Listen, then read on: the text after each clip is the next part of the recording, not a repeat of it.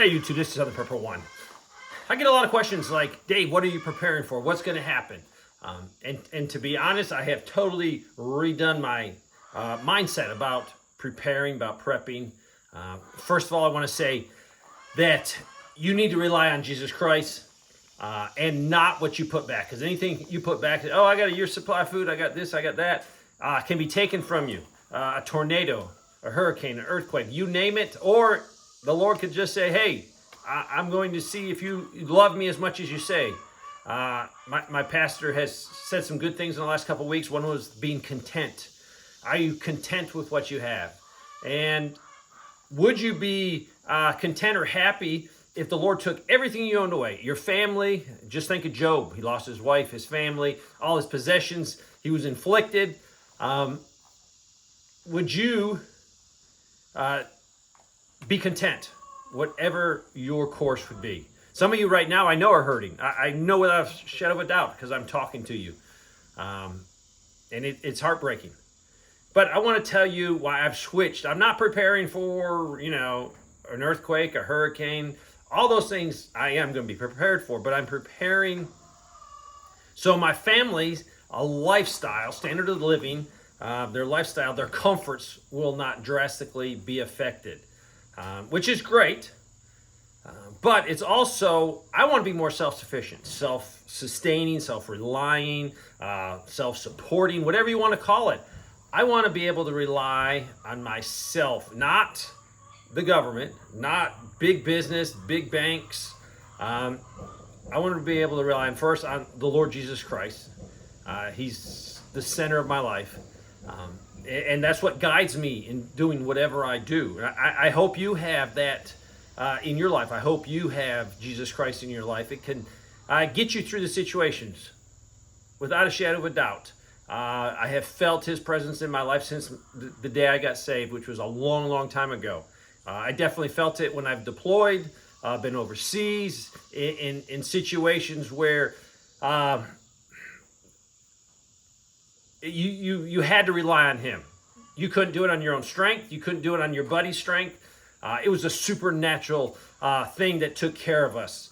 Situation after situation after situation proved that his hand was protecting me, was protecting other guys around me. So now I'm preparing for simple comfort. I want to be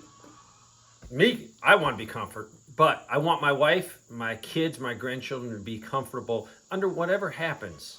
I think you can't really be truly free unless you're in a place in life where you don't have to rely on the government. You don't have to rely on big banks, big businesses. You can rely on first, always, the Lord Jesus Christ. And then secondly, on you or your friends or your neighborhoods or your communities. It's definitely going to be easier to survive if you're in a community, if you have like-minded friends, if your family is on board.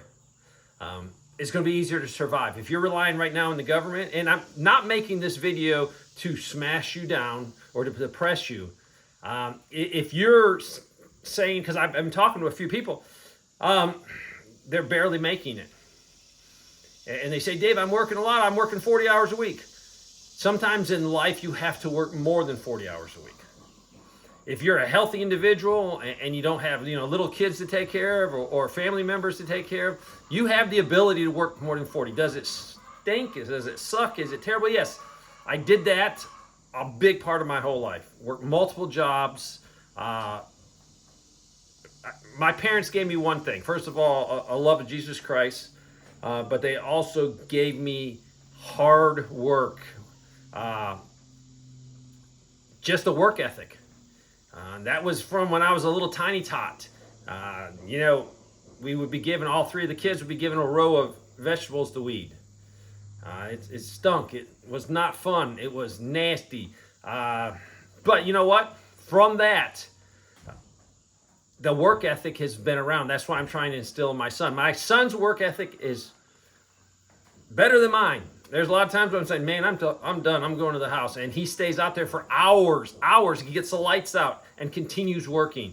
And I'm in the house. I feel bad sometimes. But I also say I put my time in.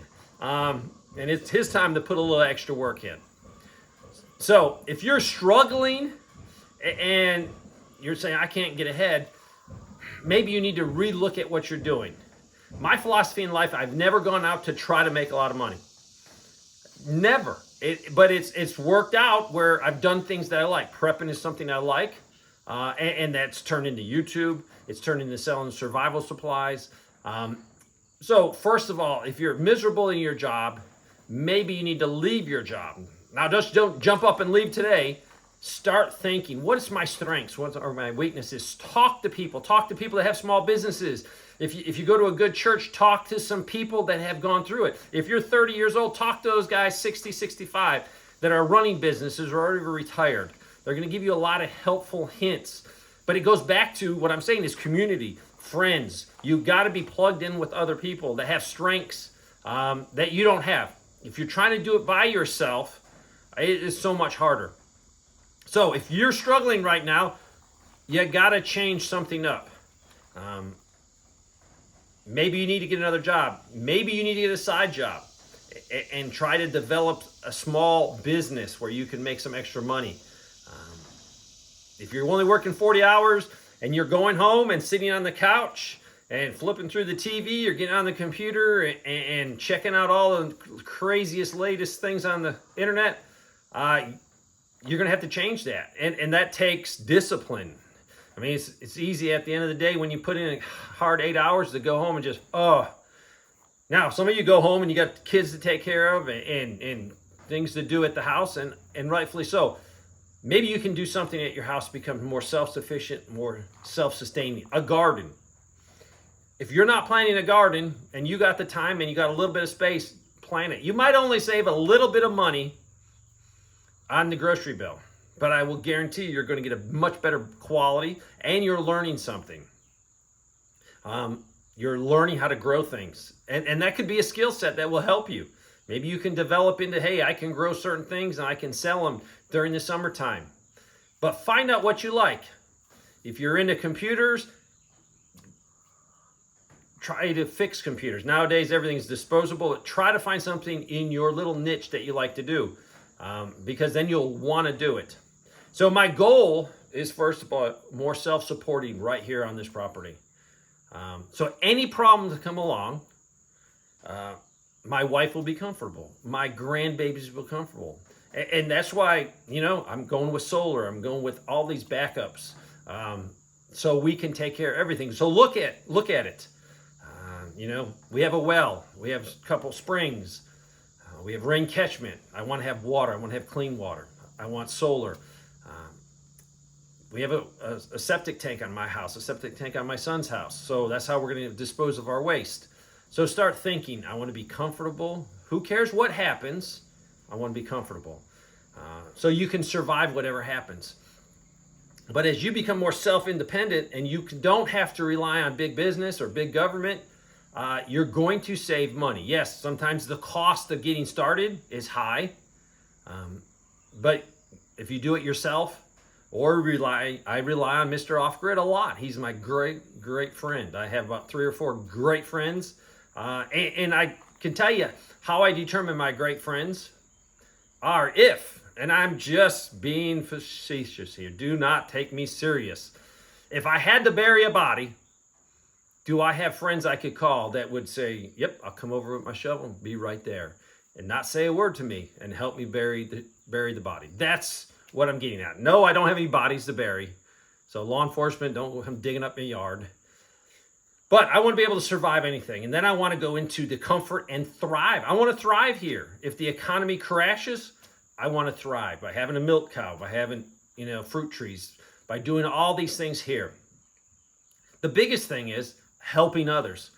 I cannot help anyone in this world unless I can take care of myself and take care of my family. Right now, my priority is my wife. She is what I have to take care of. And then my grown kids, my grandkids, my parents, and it goes out from there. So if I cannot prepare in life to take care of myself, I can't take care of others. And that is a huge thing I want to do. When God has blessed you, You can't outgive God. My wife and me are just amazed that you can't outgive God. So when you see a need, I want to be able to say, hey, I can meet that need. The Lord has provided for me. I can take care of that need.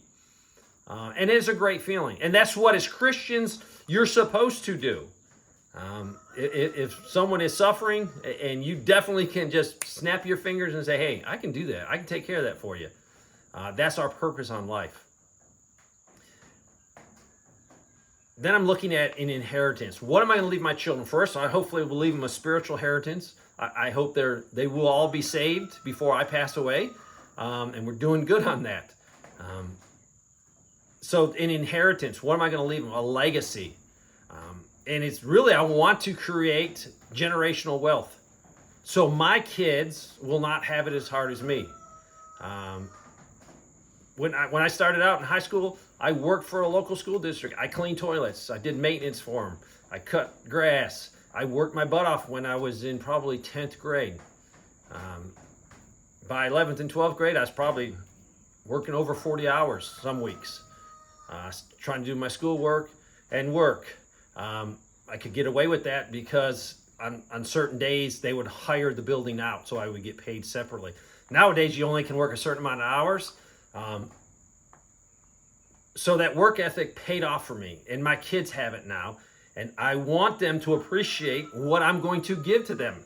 Generational wealth. I don't want them to have to say, every week when it's payday, say, oh man, I don't have enough money to pay the bills. And I know a lot of people are there right now, so I'm trying to encourage you. If you're at that position, you have to rethink your life. You have to. You can't just keep going on the same thing, trying to do the same thing, and think something's going to happen. It gets back to, what are you spending your money on? Are you budgeting properly? Are you thinking long term? My whole life, I thought long term. It's just genetically put into me. The Lord's put that into me. Short term is nice, going home and getting a soda out and getting a candy bar and sitting on the couch and watching TV for 4 hours in the evening. That sounds good to me. But I know the short-term pleasures will make me fat, probably kill me with all that candy and sugar. I won't get nothing done, and I wasted 4 hours. So if you're wasting time, that's on you. You can correct that. And that's an individual thing. So start thinking, start looking at your life. Am I wasting time? Am I wasting money? If you're spending $60, $70, $80 on cable TV, to me, that's a waste of money. To you, it might not be. There's a lot of free, Freevee, Roku. There's so much out there that you could get for absolutely free. You don't spend a dime. So look at that. You need to sit down and look at your short-term and your long-term goals. You got to write them down. What are my goals for the next 6 months, the next 3 months, the next year? And a lot of that should be just getting down debt. And probably top of that would not be getting down debt, is not bringing on any new debt. If you got a problem with credit cards, take your credit card, put it in an envelope, get another envelope, put it in that envelope, seal it all up, put it on your mattress or something, and say that's for an emergency only. If I rip into that, it better be a dire emergency, like a tire blew on the car. Recommend Dave Ramsey. Get online, look at Dave Ramsey. He will set out goals for you. He will set out, have an emergency fund. And I agree with everything Dave Ramsey says in the sense of budgeting. So, I'm prepping for any event that will cause discomfort to my family. I want them to be comfortable. I'm prepping for generational wealth. So my grandsons will have it easier than me. So they can say, you know what? Papa gave me this. I need to make sure I double this so my children. And I'm not saying this in a worldly way, like I got to make money. I got to do this. I got to do this.